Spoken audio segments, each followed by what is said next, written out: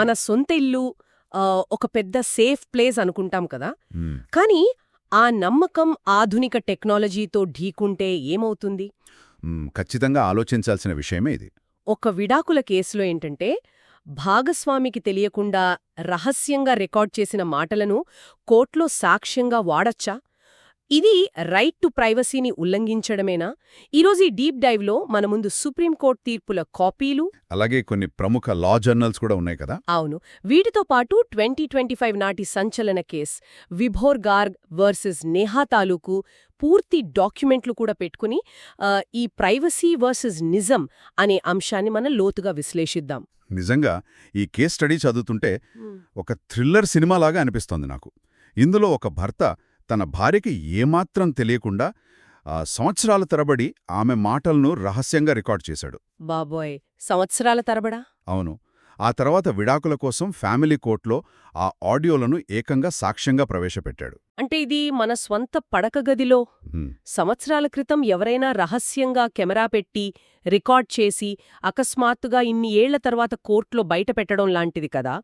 నైతికంగా అదొక పెద్ద నమ్మకద్రోహంలా కనిపిస్తుంది. అక్షరాల అలాగే అనిపిస్తుంది.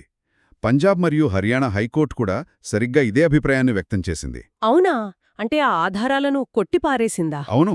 ఇలా ఒకరికి తెలియకుండా రహస్యంగా రికార్డ్ చేయడం అనేది ఆర్టికల్ 21 కింద జీవించే హక్కును, ముఖ్యంగా గోప్యత హక్కును తీవ్రంగా కాలరాయడమే అని చెప్పింది. కానీ ఈ కేసు సుప్రీంకోర్టు మెట్లెక్కేసరికి కథ పూర్తిగా మారిపోయింది. ఇక్కడే నాకు పెద్ద సందేహం వస్తోంది.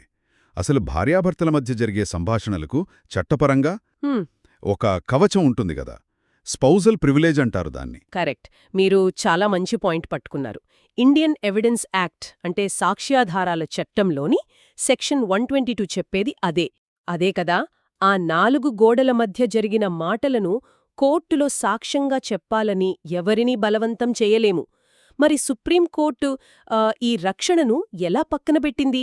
ఇక్కడే మనం కొంచెం నెమ్మదిగా అర్థం చేసుకోవాలి.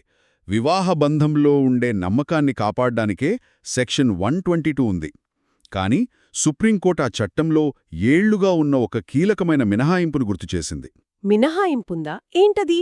అదే సూట్స్ బిట్వీన్ మ్యారీడ్ పర్సన్స్, అంటే వివాహ సంబంధిత కేసులు అని అర్థం. భార్యాభర్తలు విడిపోయి ఫ్యామిలీ కోర్టులో ఒకరిపై ఒకరు దావా వేసుకున్నప్పుడేంటంటే ఈ రక్షణ కవచం పనిచేయదు. ఓహో, అంటే వారి మధ్య ఆ నమ్మకం అప్పటికే విచ్ఛిన్నమైంది కాబట్టి ప్రైవసీ ఉండదనా? సరిగ్గా చెప్పారు. గృహహింస అయినా మానసిక వేధింపులైనా అవి సాధారణంగా మూసి ఉన్న తలుపుల వెనకే జరుగుతాయి గదా. అక్కడ ఎవరూ సాక్షులుండరు. నిజమే. అలాంటప్పుడు నా ప్రైవసీ అని ఒకరు గోప్యతా హక్కును అడ్డుపెట్టుకుంటే అసలు ఆ గదిలో ఏం జరిగిందనే నిజం ఎప్పటికీ బయటకు రాదు. ఖచ్చితంగా. గదిలో ఏం జరిగిందో తెలుసుకోవాలంటే ఆ గదిలోని మాటలే సాక్ష్యంగా మారాలి. గోప్యత పేరుతో కీలకమైన సాక్ష్యాలను దాచేస్తే న్యాయం ఎలా జరుగుతుంది అని సుప్రీంకోర్టు ప్రశ్నించింది. అంటే ప్రైవసీ కంటే కూడా న్యాయమైన విచారణ హక్కుకే, రైట్ టు అ ఫేర్ ట్రయల్కే ఎక్కువ ప్రాధాన్యతిచ్చిందనమాట. కానీ ఇక్కడ ఒక ప్రమాదం ఉంది కదా. ఏంటది? అంటే రహస్యంగా రికార్డ్ చేసిన ఏ ఆడియోనైనా సరే కోర్టులు గుడ్డిగా అంగీకరిస్తాయా? ఎవరైనా ఇల్లీగల్గా రికార్డ్ చేసి కోర్టులో పడేవచ్చా? లేదు. ఇక్కడే మనం జాగ్రత్త పడాలి. ఒక ఆధారాన్ని స్వీకరించడం వేరు, దాన్ని నమ్మడం వేరు గదా. అంటే ఇంకేదైనా రూల్ ఉందా దీనికి అడ్డుకట్ట వేయడానికి? అవును. సెక్షన్ 122 ప్రకారం ఆ రికార్డింగ్ కోర్టులో అడుగు పెట్టవచ్చు. కానీ సాక్ష్యాధారాల చట్టంలోని సెక్షన్ 65B అనే ఒక ఇనుప గోడను దాటాలి. సెక్షన్ 65Bయా? అంటే డిజిటల్ సాక్ష్యాలకు సంబంధించిన రూల్ కదా. అవును. ఆ రికార్డింగ్ నకిలీది కాదని, ఏ ట్యాంపరింగ్ జరగలేదని నిరూపించాలి. రికార్డ్ చేసిన అసలు పరికరం గురించిన ఆధారాలను డిజిటల్ సర్టిఫికెట్ రూపంలో ఖచ్చితంగా కోర్టుకి ఇవ్వాలి. అర్థమైంది. డిజిటల్ ఫైల్స్ సులభంగా మార్చేయొచ్చు కాబట్టి ఈ సర్టిఫికెట్ లేకపోతే ఆ ఆడియోకి చిత్తు కాగితం విలువ కూడా ఉండదు. అక్షరాల. అది టెక్నికల్గా 100% ప్రామాణికమైనది అని నిరూపించటం ఇక్కడ తప్పనిసరి. సో ఈ ఎనాలిసిస్ అంతా చూస్తుంటే ఒక సామాన్యుడికి అర్థం కావాల్సిన అతిపెద్ద వాస్తవం ఒకటుంది. ఒక వివాహబంధం విచ్ఛిన్నమై కోర్టు మెట్లు ఎక్కితే పర్సనల్ కాల్స్ లేదా ప్రైవేట్ గొడవలకు కోర్టు గదిలో ఎలాంటి గోప్యత ఉండదు.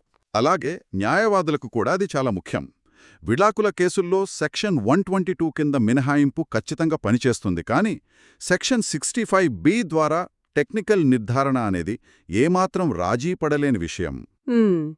టెక్నాలజీ మన అత్యంత వ్యక్తిగత సంబంధాలని ఎలా మారుస్తోందో కదా. ఒకప్పటి ఆ 4 గోడల నమ్మకం నేడు కోర్టులో డిజిటల్ సాక్ష్యంగా మారుతోంది. నిజమే. న్యాయ వ్యవస్థ కూడా టెక్నాలజీకి తగ్గట్టు తనను తాను నిరంతరం మార్చుకోవలసి వస్తోంది. సరిగ్గా దీని గురించే నాకు ఆలోచన వస్తోంది.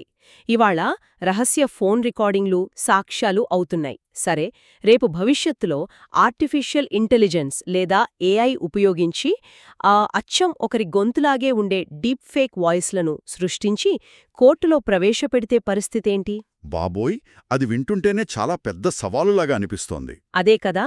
అప్పుడు ఏది నిజమైన వాయిస్, ఏది ఏఐ సృష్టించిన నకిలీ వాయిస్ అని కనిపెట్టడానికి మన న్యాయ వ్యవస్థ ఎలా సిద్ధం కావాలి? ఈ కొత్త టెక్నాలజీ ప్రపంచంలో ఏది నిజం, ఏది అబద్ధం అనేది మరింత సంక్లిష్టంగా మారకముందే మనమందరం ఆలోచించాల్సిన విషయమే ఇది.